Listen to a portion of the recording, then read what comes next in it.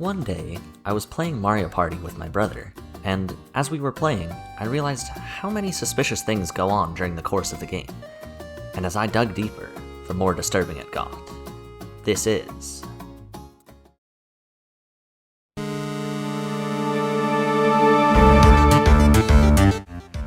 This whole investigation into shady practices in the two newest Mario Parties, being Superstars and Jamboree, is under the assumption that the game of Mario Party is supposed to be a generally fair competition and run under pretty similar rules/circumstances to everyday life in the Mushroom Kingdom, meaning no laws should be broken and everyone should be treated equally, not including bonus stars because, sadly, they're just a part of the game, no matter how much it pains me to say it, because of the countless times I have lost to bonus stars. With this mindset, I started my investigation, and what I uncovered was shocking.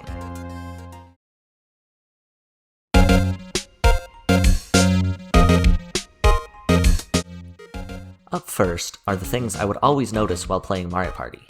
One thing that is obvious just from the character select screen is the fact that wanted criminals and their associates are allowed to take part in this game.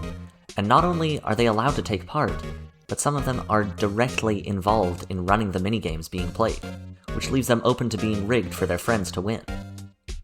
Another thing that should clearly be some sort of violation of the game is the blatant scamming that Bowser gets away with when he asks you to buy an item for an exorbitant price, and then goes on to tell you how much he ripped you off, which is just a scummy thing to do in general, but Bowser's scams get worse. Sometimes he offers you to buy an item, and by offer, I mean he forces you to buy it, which is the dictionary definition of either coercion or extortion, take your pick. But not only is he extorting you, he gives you an item that doesn't even do anything and just disappears instantly, and then he proceeds to laugh in your face. Another very obvious affront to good gamesmanship and officiating is the fact that players are able to hire a criminal to steal valuables from their fellow competitors, and the host just lets it happen. Now, you might think that this is just an accepted part of the game, but if this is the case, then why do the players being stolen from seem shocked and scared when Boo shows up? And not only that, they try to fight him off. If this was an accepted part of the game, then why would players be reacting like this if they know they can't change anything? If you thought that was all, we are just getting started.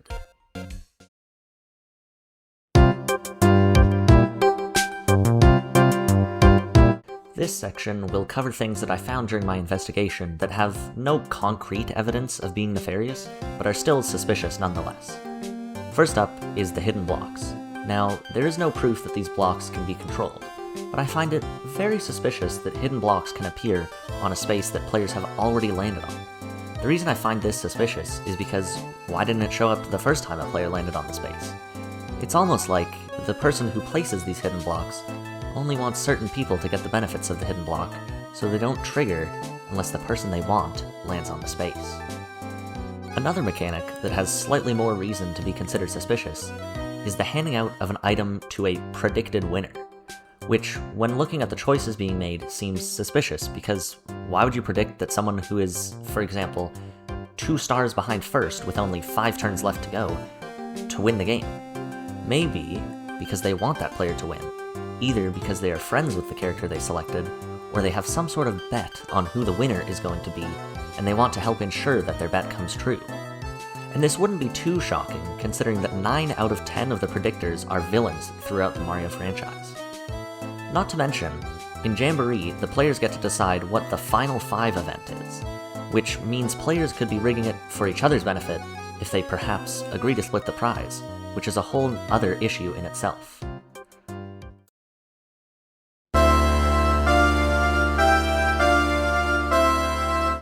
The closer I looked into all of these instances, the more that I started to realize that these are not isolated events, and there seems to be a fundamental issue in how the game is run, and who the game is run by. The first thing that tipped me off was the fact that players are able to dictate how much others will have to pay at Thwomp toll stations. Now, this is completely opposite to how tolls work, or should work. Tolls usually involve government oversight, and the Mushroom Kingdom seems like it is run by a competent governing body, and I doubt they would just let people choose their competitor's price at a government-related toll. At least, they shouldn't if they want a fair competition. And if they own them, maybe someone owns the tolled paths privately. Hold on to that thought for a little bit.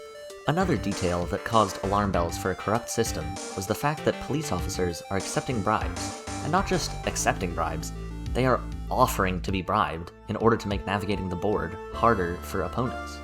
I would imagine that these would be representatives for the Mushroom Kingdom Police Department, as these parties seem like a form of entertainment for the kingdom, as we can see crowds gathering at the crowning of winter ceremonies. So why wouldn't the government want to get in on this, to make the idea of policing more accepted throughout the kingdom?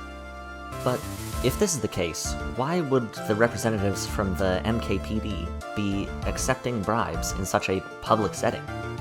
Unless someone placed their own corrupt officers in the department and helped them to be selected to take part in the games to give police a bad rap.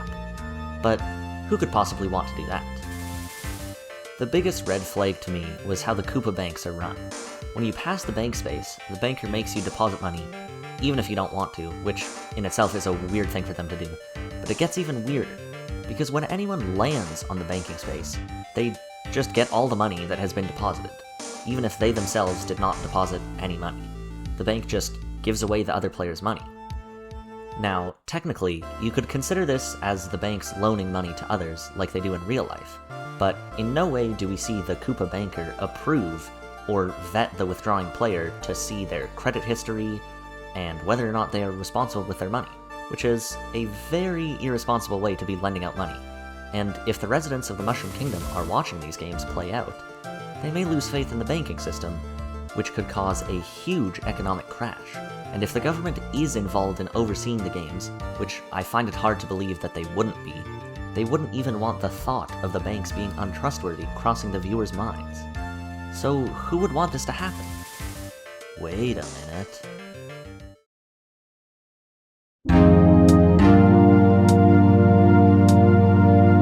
With all of my investigation complete, the only reasonable conclusion to make as to who the culprit behind all of these suspicious activities is Bowser. It makes perfect sense when looking at all of the facts. Think about it.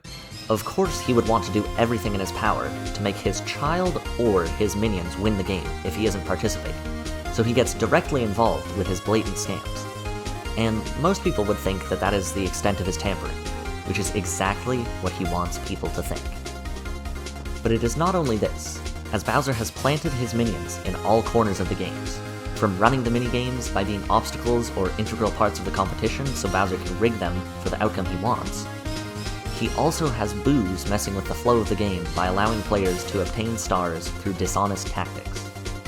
He also has his reasons to allow Thwomps to have players arbitrarily deciding tolls at their bridges, install his own corrupt police into the game to make the police seem bad to the general public of the Mushroom Kingdom, and most of all, he has every reason to sow distrust, or at least suspicion, of the banking system into the viewers of these parties.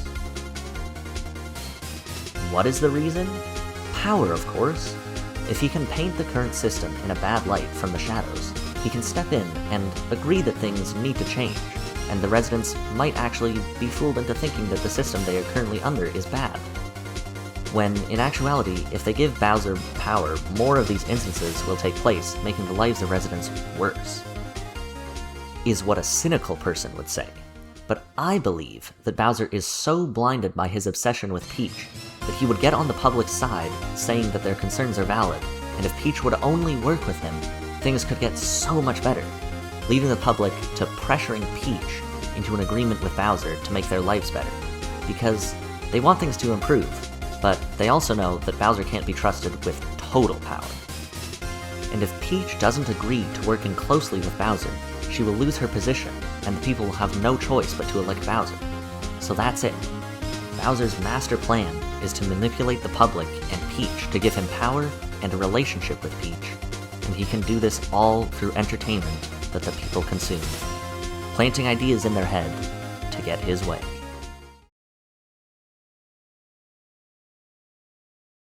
This is a silly little passion project video that I have been wanting to make for quite a while, so I hope you all enjoyed it. If you did, please consider leaving a like and subscribing, as it helps the channel out a ton. I hope you all have a great rest of your day, and good gaming to you all.